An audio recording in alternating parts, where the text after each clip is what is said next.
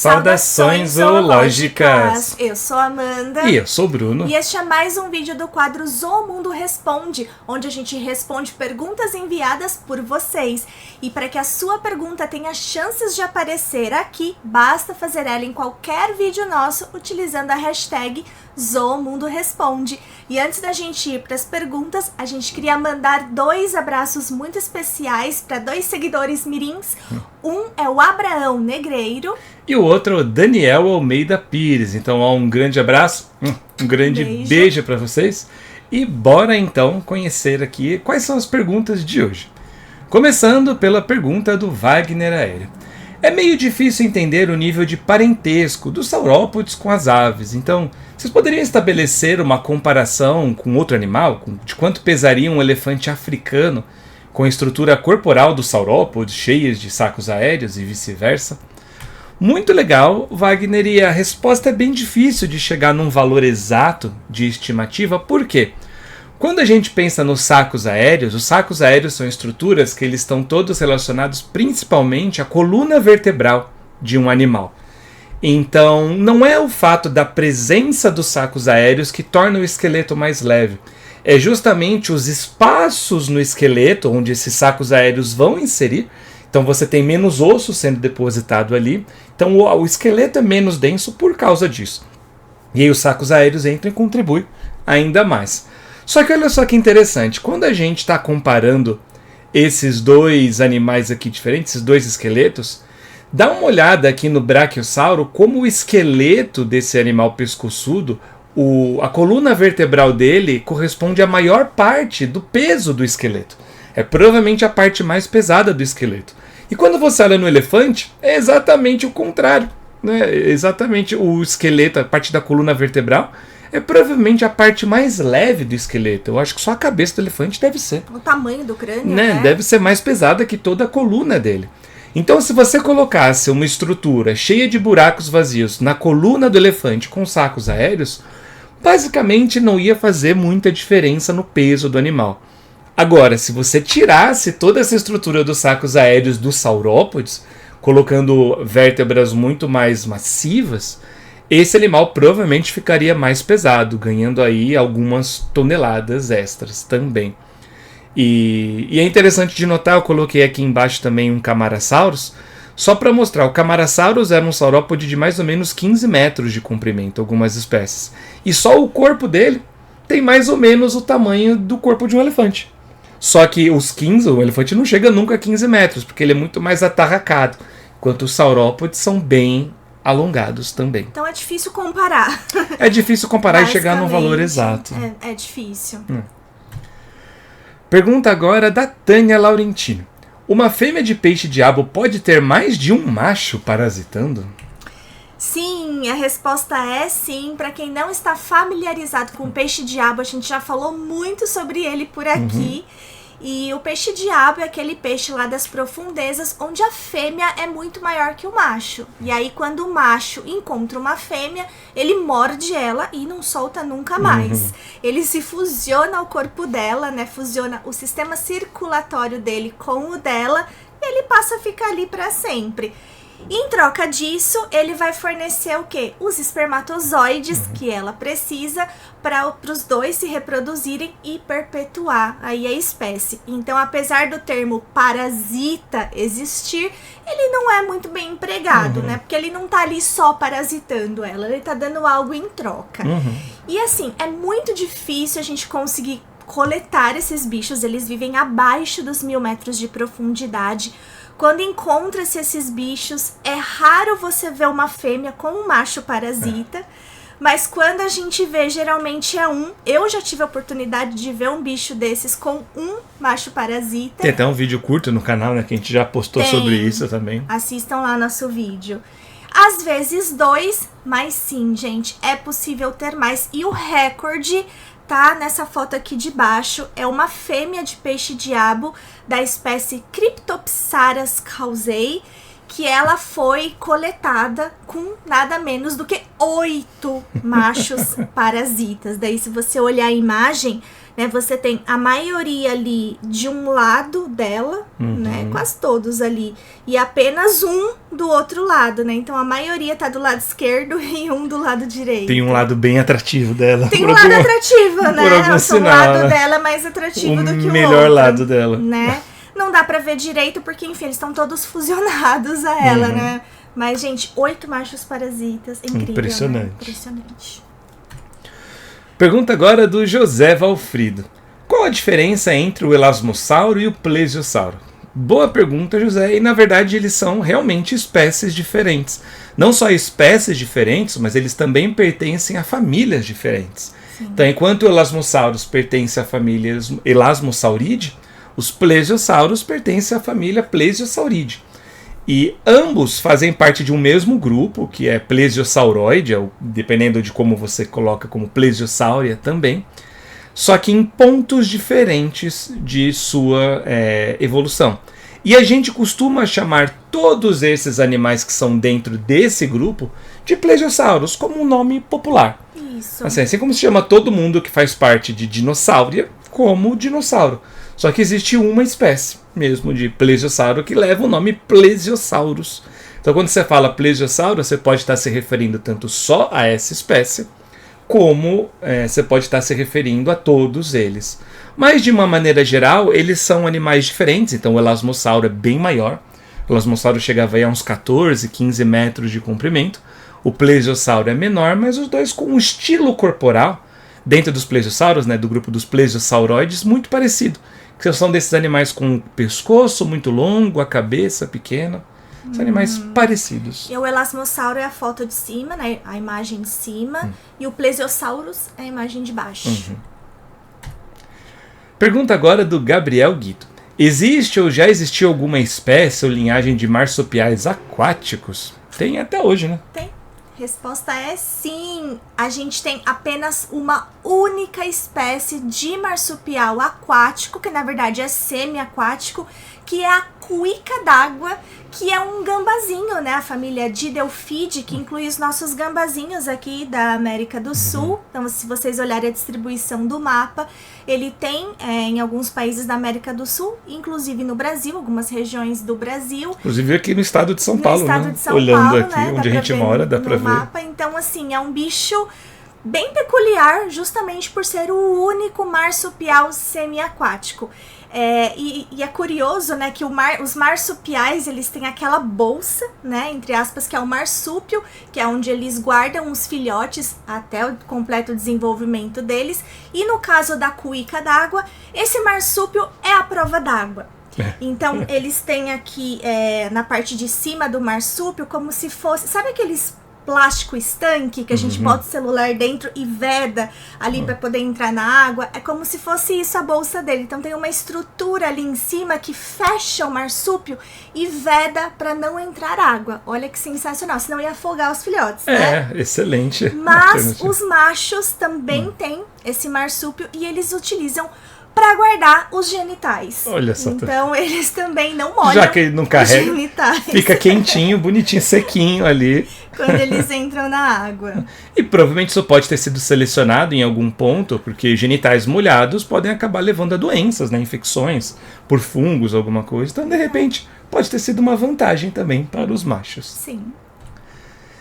2 perguntas em uma, do Eriops Games. Se perguntou primeiro se a gente pretende ir a algum podcast, né? E depois ele pergunta se domínio, reino, filo, classe, etc. são utilizados academicamente.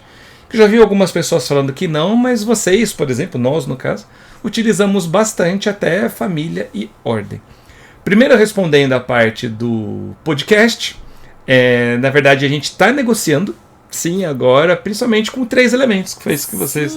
negociou. Iremos aos 3 elementos. Vai ser o nosso primeiro podcast. Vai ser o nosso primeiro podcast. A gente tá super animado. Vai ser em junho. A gente tá ainda vendo ali as datas certinhas, mas provavelmente no final de junho. Então fiquem ligados e vão prestigiar a gente lá nos 3 elementos. O Inteligência Limitada, a gente tentou o contato, ainda não conseguimos, mas quem sabe, né? Mas entrem lá. Comentem lá, traz o comentem lá. Zomundo, que quem sabe eles convidem a gente também. Isso aí. E respondendo a sua segunda pergunta, na verdade, todo esse sistema da classificação lineana, né, que você tem reino, filo, classe, ordem, família, gênero, espécie, está em desuso por quê? Porque ele não leva em consideração as relações evolutivas. Você tem, por exemplo, a classe aves e a classe reptília, como se fossem duas coisas diferentes, mas hoje nós sabemos que as aves são répteis. Elas são dinossauros, Sim. Os dinossauros são um tipo de réptil, então a classe das aves estaria dentro da classe dos répteis. Então, como ela não segue essas relações evolutivas, ela acaba caindo em desuso. Exatamente, isso porque quando o Linneu propôs essa classificação dos seres vivos, ele considerava que os seres vivos eles eram estáticos, né? Você não tinha naquela época esse conceito de evolução, né? E hoje a gente sabe, né, que os seres vivos eles não são estáticos, né? Então, hoje a gente tem essa noção de grau de parentesco, de evolução. Então, por isso que não faz tanto sentido a gente fixar os seres vivos nessas caixinhas. E a gente acaba usando mais por tradição, porque as pessoas estão habituadas com esses nomes. Sim. Então a gente usa, por exemplo, ordem, família, porque está todo mundo acostumado com esses nomes. Mas não quer dizer, por exemplo, que uma família de mamíferos tem o mesmo ranking hierárquico do que uma família de besouros, por exemplo. Por isso que não faz sentido, não é a mesma coisa, não é a mesma entidade. Não é a mesma entidade. E qual que é o nome correto para chamar todos esses grupos? A gente chama de clados, né? Clados são grupos, né? São agrupamentos, mas só que dentro desses agrupamentos você tem uma relação ali de parentesco entre os seres vivos que estão dentro desse clado, né? Então esse é o grande X da questão. Ele representa a história evolutiva. Exatamente, um clado representa a história evolutiva de um grupo. E aí a gente colocou duas imagens aqui. Da esquerda, né, a gente tem uma proposta mais antiga, né, de grau de parentesco entre grandes grupos de seres vivos. Os domínios, né? Os domínios principais. E aqui na direita a gente já tem um trabalho mais recente, né, baseado também em DNA, né, baseado em dados moleculares, onde, olha só, olha quantos ramos diferentes você tem aí do que a gente chama de árvore da vida, né? Então são muitos clados, são muitos grupos, né? Imagina só se a gente chamasse cada ramo desse de um grupo específico, uma hierarquia nome, específica. Né? Quantos reinos não teriam? Olha muitos só, reinos, muitas famílias, filos, subfamílias e subfilos e infraordens, é muita hierarquia. Então a gente realmente está deixando isso de lado mesmo. Porque quando Linneu propôs, ele tinha um conhecimento do século XVIII da fauna que se conhecia na Europa naquela época. Conforme o nosso conhecimento sobre a vida foi avançando, a gente teve que encontrar novos métodos. Sim. Pergunta agora do Tiago Santos. O sangue é considerado um órgão ou tecido? E se for um tecido, de qual órgão ele faz parte? Então, interessantíssima essa sua pergunta, porque a gente mesmo não tinha, né, ainda se perguntado sobre isso. E aí, quando a gente vai pesquisar a resposta, a gente encontra muitas respostas diferentes. Então, a gente encontra desde a informação de que o sangue é um órgão, até a informação de que ele é um tecido conjuntivo e também a informação de que ele é simplesmente um fluido corporal. Mas quando a gente vai olhar artigos mesmo sobre o sangue, a gente tem um consenso de que o sangue é um tecido conjuntivo. Então, ele é um tipo de tecido que conecta todos os sistemas do corpo. E aí, ele não faz parte de um órgão em específico, mas ele faz parte de dois sistemas. O sistema circulatório, né? Então, ele vai sendo distribuído por todo o corpo, vai levar os nutrientes e o oxigênio, né? Obviamente. E também ele faz parte do sistema hematopoético, que é o sistema onde o sangue é formado. Então, o sangue ele é formado no interior de alguns ossos longos, alguns ossos achatados, dentro do que a gente chama de medula óssea, que é um tecido esponjoso, e o sangue é formado ali. E aí, em relação a essa questão da medula, a gente tem até um recadinho para falar para vocês. Pois é, porque pouca gente sabe, mas a doação de medula é muito mais rara do que a doação de sangue. Ela é muito mais complicada também, é bem mais difícil você achar pessoas com medulas compatíveis do que com sangue, tipo de sangue compatível. Então eu e a Amanda, por exemplo, a gente está cadastrado como doador de medula, onde você vai e tira uma amostra do seu sangue, eles vão analisar, vão cadastrar a sua compatibilidade, e caso alguém algum dia necessite de uma doação de medula, aí eles te chamam. E isso é muito legal, porque com uma doação de medula você pode ajudar a salvar a vida de uma pessoa. Então é muito importante. Tem um instituto chamado Instituto Promedula, que é onde vocês podem pesquisar na internet, a gente vai deixar link aqui também na descrição, e aí você vê os pontos onde você pode se cadastrar para ser doador também. Para doar você tem que se direcionar a um hemocentro. No nosso caso, a gente está em São Paulo, a gente foi no hemocentro da Santa Casa de São Paulo. Então se você procurar o hemocentro, você pode tirar todas essas informações. Aliás, informações básicas, você pode ir lá no site, do Promedula que você vai ter. Mas é como o Bruno falou, a doação de medula, ela salva vidas. Então é muito importante a gente ter esse ato, né? Pois é, a gente cadastrou faz o quê? Uns 5 anos? Faz até um pouco mais. Então, um pouco mais. Até agora não fomos chamados, mas estamos continuando disponíveis para isso. Pergunta agora do Pedro. Adoro biologia e pretendo cursar um dia. Boa sorte, tomara que seja um grande biólogo um dia. Certeza. E recentemente comprei o livro A Origem das Espécies, do Charles Darwin. Porém, a leitura do livro é meio complexa e não entendo muito, é mesmo difícil. A gente, no começo, fica muito falando de pombos, né, e cruzamentos entre pombos. É difícil. É difícil. Vocês poderiam fazer um vídeo explicando com mais aprofundamento o evolucionismo, né, ou talvez algum vídeo resumindo o livro do Darwin?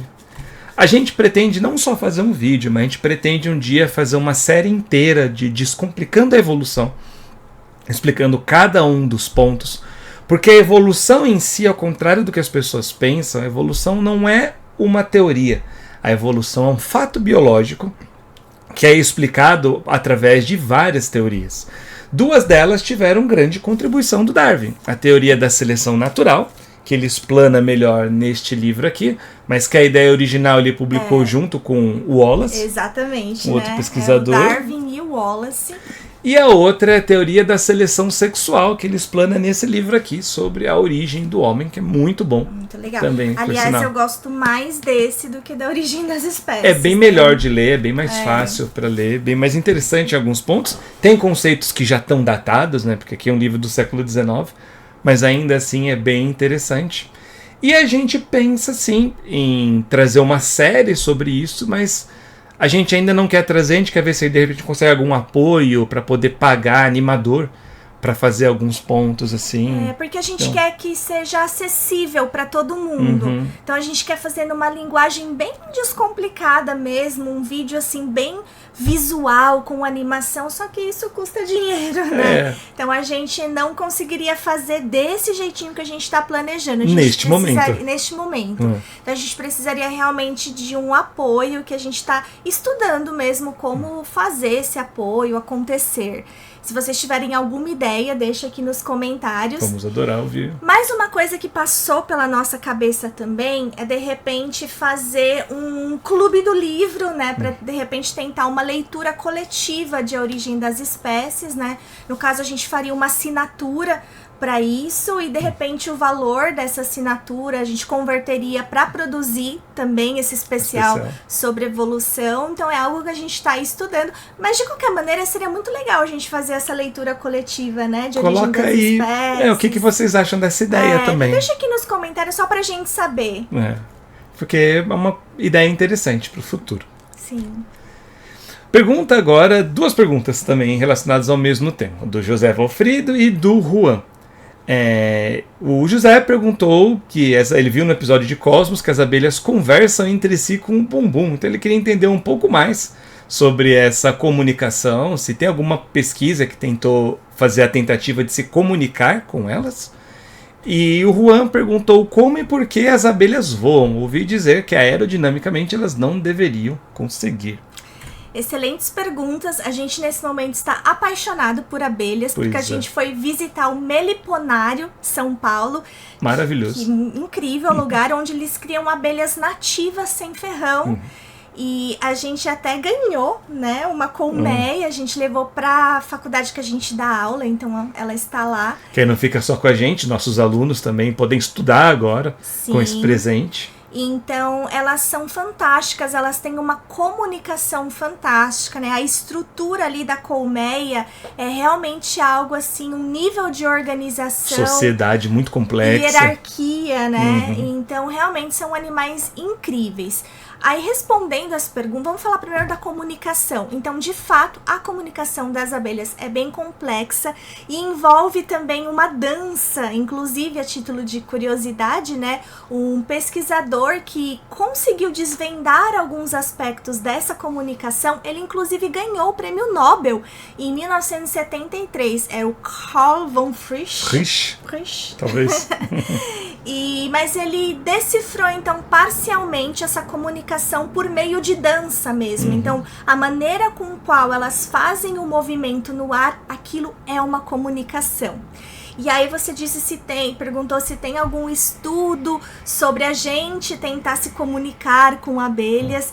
E assim, nessa linha não. Por quê? Antes da gente pensar em tentar se comunicar com qualquer animal que seja, a gente primeiro precisa estudar a linguagem, a comunicação deles, né? Independente se é com gestos, com movimentações, enfim. É igual no filme A Chegada, né? No filme A Chegada. Que é onde você chega os alienígenas e primeiro é preciso entender a linguagem deles antes de tentar se comunicar.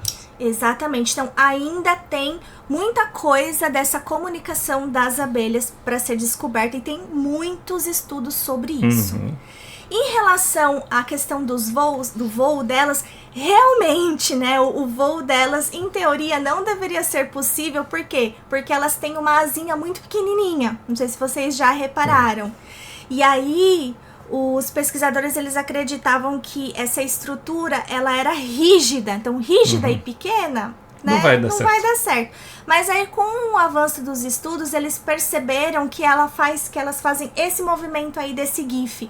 Então, elas fazem esse movimento curto e rápido para frente e para trás. E aí, esse movimento para frente e para trás que permite o voo. Olha só que coisa incrível. É uma anatomia única, né? Um jeito de voar único entre os animais, assim. Bem interessante. Muito. Pergunta 9 agora do Rafael. Quando falamos de humano, estamos falando exclusivamente da nossa espécie ou uma condição de racionalidade ou consciência que as espécies do nosso gênero possuem? Se uma espécie de outro animal evoluísse um raciocínio complexo e demonstrasse consciência, elas seriam humanas? Boa pergunta, e não, elas não seriam humanas, porque quando a gente está dizendo humano, a gente está se referindo originalmente apenas à nossa espécie. Quando o conceito de humanidade foi criado, do ponto de vista científico, né, de definir, ok, humanos representam a nossa espécie, ele foi pensado apenas na espécie de humano que existe atualmente, que é o Homo sapiens. Mas conforme os estudos foram avançando e a gente começou a descobrir fósseis de outras espécies do gênero Homo, hoje em dia esse conceito humano ele também está sendo expandido para outras espécies. Então é muito comum nós chamarmos de humanos todas as espécies do gênero Homo. Então, se uma outra espécie acabasse desenvolvendo uma grande consciência, uma grande capacidade de modificação do ambiente, ela receberia um outro nome, e não humano. Poderia até chamar, sei lá, pseudo-humanoides, alguma coisa assim, mas não seria humano, porque não compartilharia a nossa história evolutiva. E o que torna a gente único? Várias coisas. Um cérebro grande e altamente complexo, né, cheio de neurônios, não basta ser grande, senão a baleia seria o animal mais inteligente do planeta. Alta capacidade de sinapses, né, de conexões entre eles, o que leva a uma inteligência super complexa. A nossa cultura, a nossa capacidade de transmitir muito conhecimento de forma não genética. Então você transfere esses conhecimentos para frente sem estar relacionado diretamente com os seus genes. E o significado que a gente dá para as coisas, que é o que a gente chama de significação. São traços únicos dos humanos. Pergunta 10 agora. O biohistoriólogo fez duas perguntas, o Alex, e a gente vai responder a primeira. Quais são os grupos de mamíferos que desenvolveram espinhos? Excelente pergunta. E a gente tem, dentro dos 3 grandes grupos de mamíferos, representantes que possuem espinhos, né? Então, dentro dos mamíferos placentários, a gente tem os espinhos no ouriço, a primeira foto aqui, né? O ouriço pertence a um grupo ali todo diferentão, né? Só tem esses bichos que tem esse aspecto. E aí a gente tem, entre os roedores, a gente tem o porco-espinho, né, que solta os espinhos, então, ó, bem diferentão. E a gente tem vários outros roedores pequenininhos que tem espinhos também. A gente até colocou a foto de um aqui, mas os espinhos são estruturas que evoluíram bastante dentro do grupo dos roedores. São pelos modificados, né? São pelos modificados, gente. O espinho é um pelo modificado. E aí o interessante é que os animais que têm os espinhos, geralmente, ou eles soltam, ou eles têm a capacidade de meio que se enrolar, sabe? Ficar parecendo uma bolinha, né? E aí eles ficam mais protegidos ainda. Geralmente são animais que não são muito grandes, assim, tá? Aí dentro dos monotremados, que são os animais que botam ovos, né? A gente tem as equídenas, olha que bonitinha, então. Uma equídena. A gente tem também, dentre os marsupiais, a gente tem os bandicoots, que é essa última fotinha aqui. Eu pulei um animal aqui, que é o de cima aqui, que é o tenreco, que é um mamífero placentário e ele é um afrotério, ou seja, ele tá dentro ali de um clado onde você tem também os elefantes, os peixe-boi, e aqueles iraxes, também bonitinhos, fofinhos, né? Então é uma linhagem que surgiu ali na África, por esse termo, afrotério.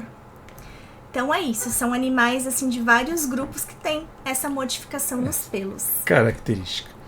Pergunta agora do André Luiz. Poderia explicar um pouco sobre como é feito o processo de datação dos fósseis? Se existe controvérsia sobre o assunto ou se as técnicas são bem estabelecidas? Olha, André, hoje em dia as técnicas são muito bem estabelecidas. Elas foram propostas, né, durante o século XX e elas foram testadas principalmente com registros arqueológicos. Então o pessoal tirava lascas da madeira da tumba de um faraó, do sarcófago de um faraó, fazia a datação e testava com os documentos históricos. A datação que está indicando aqui é a mesma dos documentos históricos? E como eles foram descobrindo que era assim, acabou que o processo foi testado e definido. Então hoje não sobram dúvidas sobre isso. Inclusive a gente quer fazer um vídeo mais para frente só falando sobre isso e contando uma novidade. A gente está negociando a ida até um laboratório de carbono 14, só para mostrar para vocês como que isso é feito, entrevistar o pesquisador responsável para que a gente entenda todo esse processo de datação, porque isso é algo que gera muita dúvida nas pessoas. Então a gente quer não só falar sobre isso, mas mostrar onde é feito, porque isso vai ser bem importante. A gente está alinhando essa visita agora para junho, então estamos assim super ansiosos para visitar esse laboratório. Quando a gente visitar, a gente vai preparar um vídeo muito incrível para vocês. Especial para vocês. E, bom, tem dois tipos de datação, né? A datação relativa, que é a datação relacionada a você não diz exatamente qual que é a idade em números, mas você consegue associar os mesmos estratos. Então você encontra os mesmos fósseis no mundo todo e você sabe que aquele fóssil só viveu durante o período Cretáceo. Então você sabe que o fóssil do lado dele também é do período Cretáceo. Só que você não sabe exatamente a idade. Agora, para saber exatamente a idade, é através da datação absoluta, que vai utilizar basicamente o conceito de isótopos radioativos, que são isótopos que, conforme o tempo vai passando, eles vão se transformando em outros elementos. Então, estudando quanto que esses elementos se transformaram ao longo do tempo, ao longo de uma amostra, por exemplo, com carbono 14, que se forma o tempo todo na atmosfera. Aí as plantas absorvem esse carbono 14 que é radioativo da atmosfera. E dentro do corpo das plantas isso vai se modificando, se transformando. Quando a planta morre, você consegue datar a planta. Mas aí tem um herbívoro que come a planta e também está absorvendo carbono 14. Tem o carnívoro que come o herbívoro que também está absorvendo carbono 14. E assim por diante. A gente vai explicar com mais detalhes nesse vídeo que vai chegar em breve. Pergunta agora de Viviane. O que são algas e protozoários? Onde elas estão localizadas na árvore evolutiva? Na escola aprendi que faziam parte do reino protista, mas quando fui pesquisar me deparei com um reino chamado cromista que nunca ouvi falar. Tudo bem. Então, algas e protozoários não existem. Pois é. Não existem assim como grupo. né? Antigamente você tinha, assim, esses grupos bem, entre aspas, estabelecidos, mas como a gente já falou aqui, depois de um tempo, as pesquisas mostraram que não fazia sentido, porque eles não tinham necessariamente um grau de parentesco entre si. Próximo. Então, o que a gente chama de protozoário, por exemplo, são organismos eucariontes que podem ser autótrofos, ou seja, podem fazer fotossíntese ou não, ou heterótrofos. Então, os protozoários, eles pertencem a vários clados diferentes. Aqui a gente até colocou uma imagem, a da direita aqui, dos tipos diferentes de protozoários. Então, a gente não pode agrupar eles.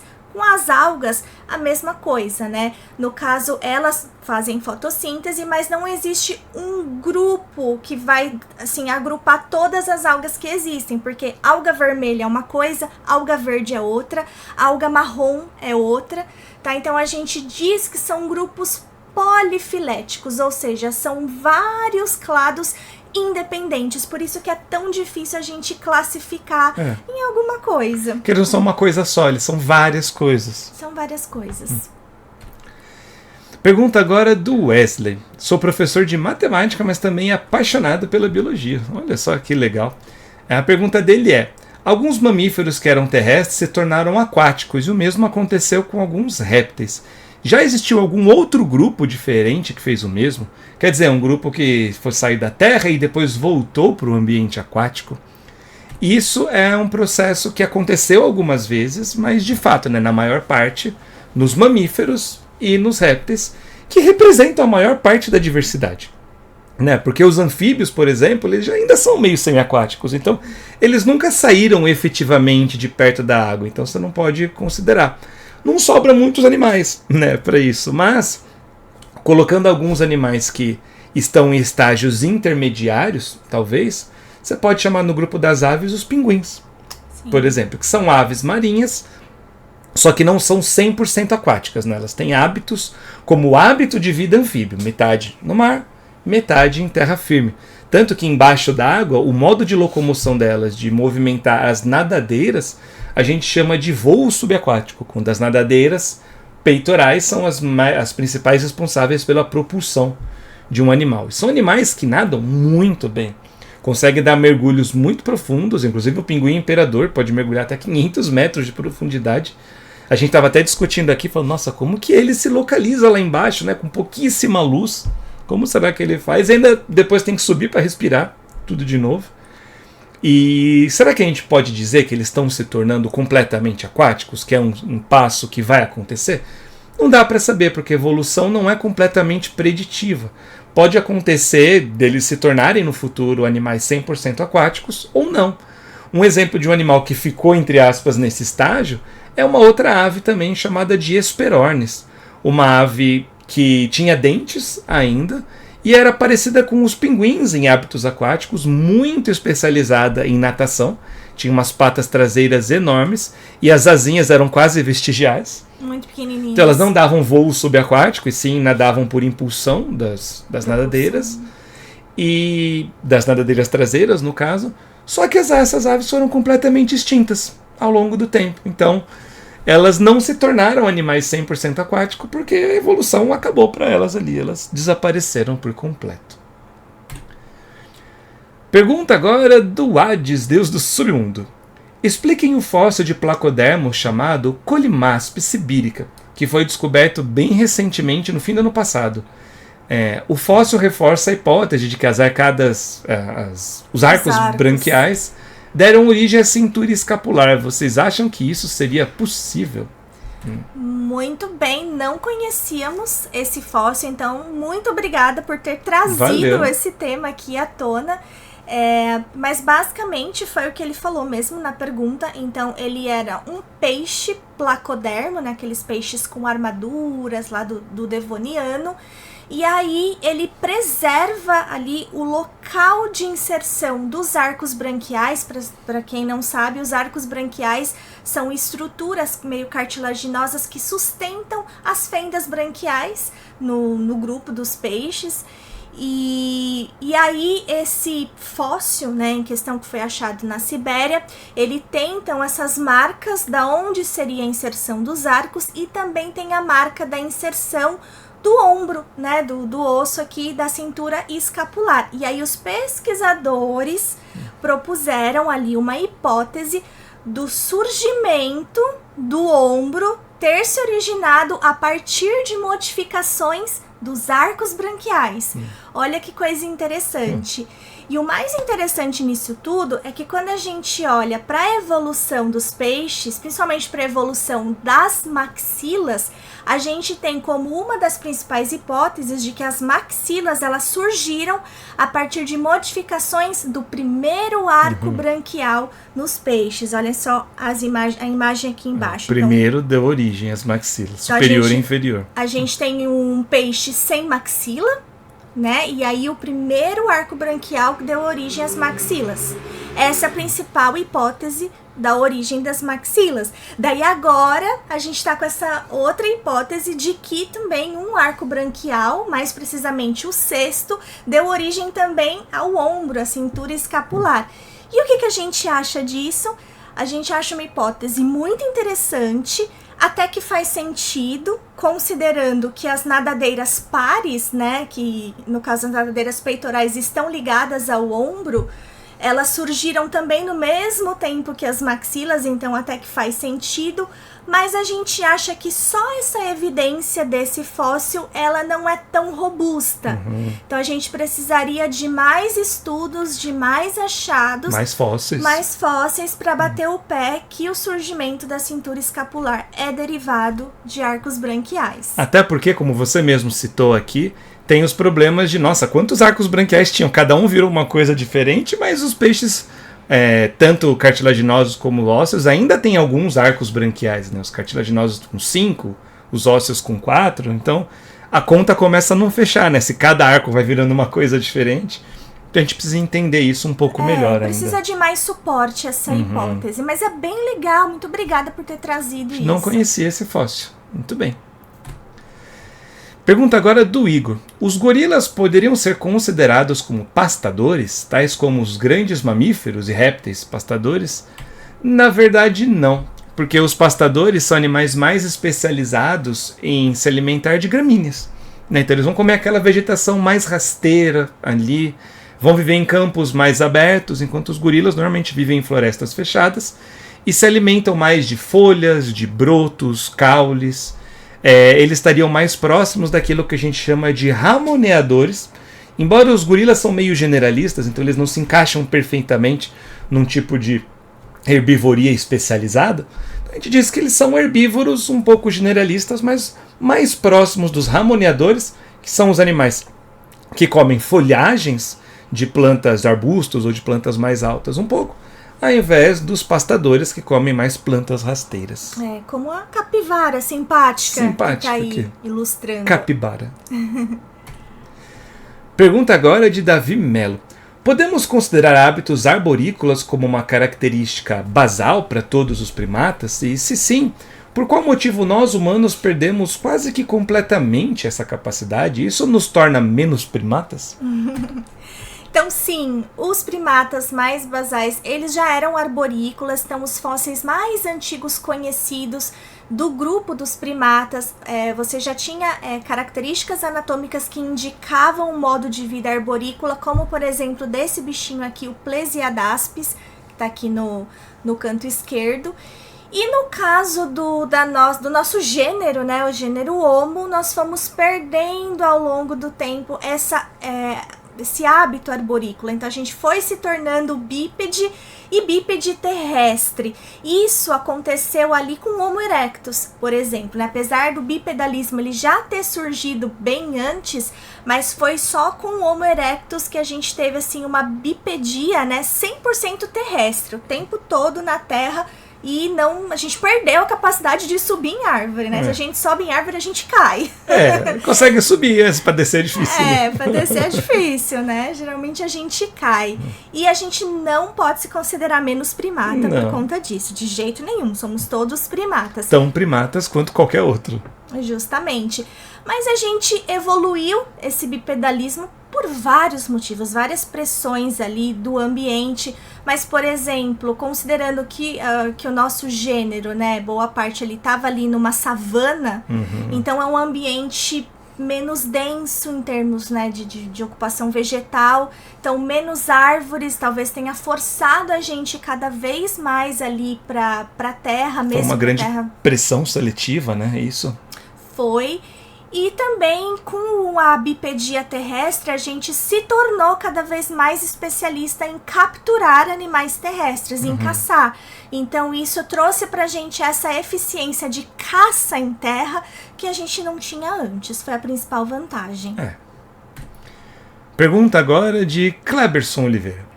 Todos os animais preenchem um nicho. Pensando nisso, qual é o nicho que os humanos preenchem? Esse nicho já existia ou é novo? Visto que não havia seres semelhantes aos humanos antes. Olha, excelente pergunta. Fez a gente refletir bastante. Genial. Qual que é o nicho ecológico dos humanos? Então, para responder isso, vamos lá, vamos filosofar um pouco. O que é um nicho ecológico? O nicho ecológico é o conjunto de recursos e condições ambientais que são necessários para a sobrevivência de uma espécie. Então, todos os recursos e as condições que você precisa como espécie para sobreviver. E o nicho ecológico, pouca gente se lembra disso, mas ele inclui todas as interações entre uma espécie e o seu ambiente e com outras espécies. Então, os vírus ou as bactérias que te infectam fazem parte do seu nicho ecológico. As plantas que você come fazem parte do seu nicho ecológico.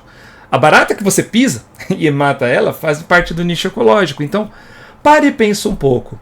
Se você for considerar todas as interações do ser humano com outras espécies, qual que é o nicho ecológico humano?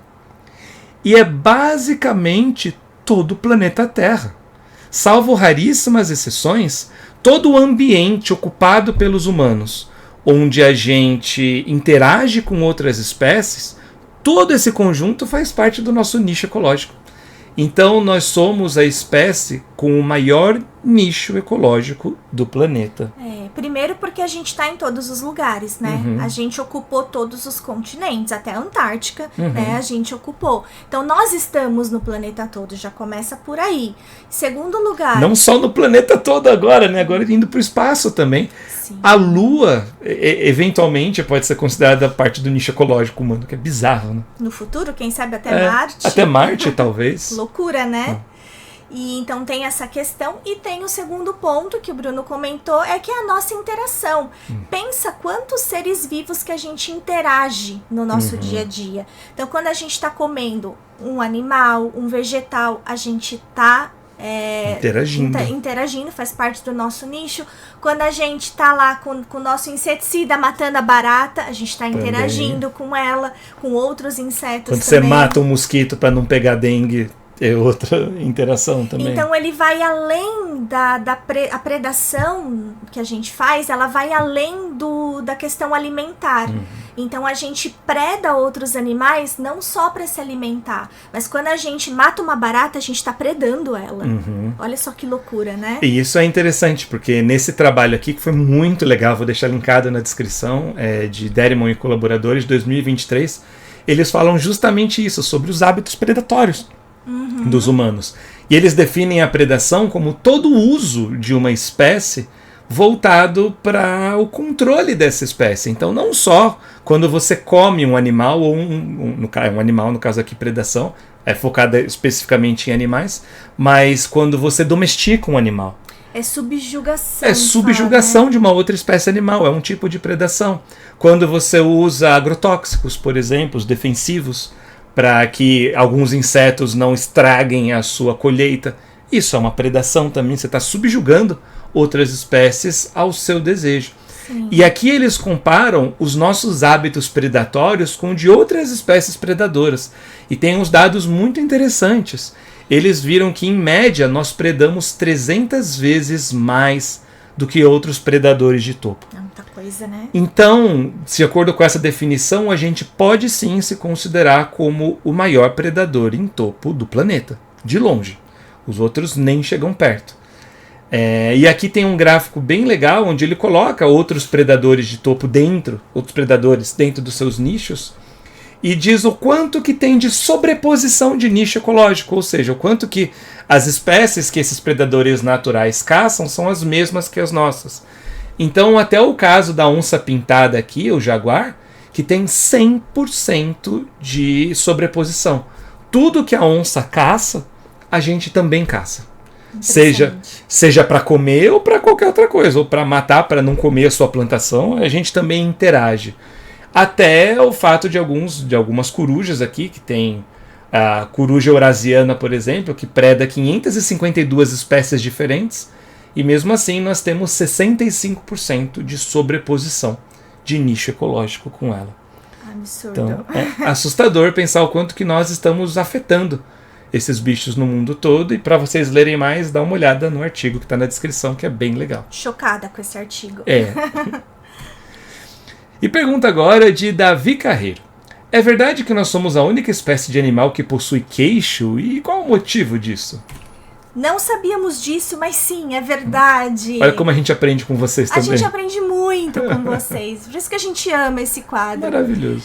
Mas sim, nós somos os únicos animais que possuem queixo. Olha só, essa estruturazinha aqui é única nossa. Então, o que é o queixo? A gente tem aqui o osso mandibular e aí a gente tem uma pequena projeçãozinha. E é pequena mesmo, tá, gente? Que vai desde 0,7 a 1 centímetro, né? No máximo 1 centímetro é o tamanho do nosso queixo, tá? E então é uma projeçãozinha ali. E quais que são as possíveis funções? Daí existem várias hipóteses aí sobre as funções, desde seleção sexual até, por exemplo, auxílio na mastigação, na fala. Só que todas essas hipóteses caíram por terra, né? Nenhuma delas faz muito sentido.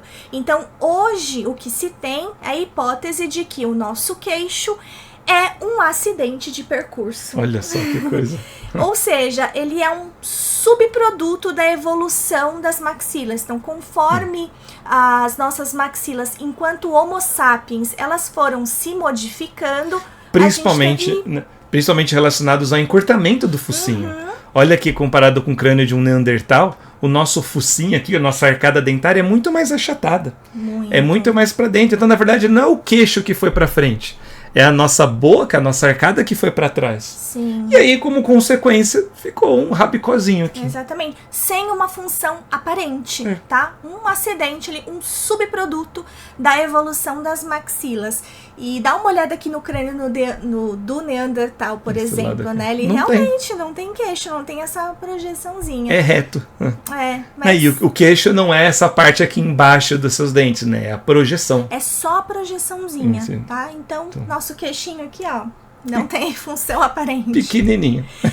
E se você se interessa por evolução humana, a gente tem falado muito sobre isso aqui no canal. E a gente vai deixar indicado aqui pra vocês justamente o vídeo dos Neandertais. Se vocês quiserem saber mais como viviam os homens das cavernas, é só clicar neste vídeo aqui. E nos vemos no próximo vídeo. Tchau! E gostaríamos de dedicar este vídeo a todos os nossos embaixadores e embaixadoras que nos ajudam muito a continuar criando conteúdo aqui no canal.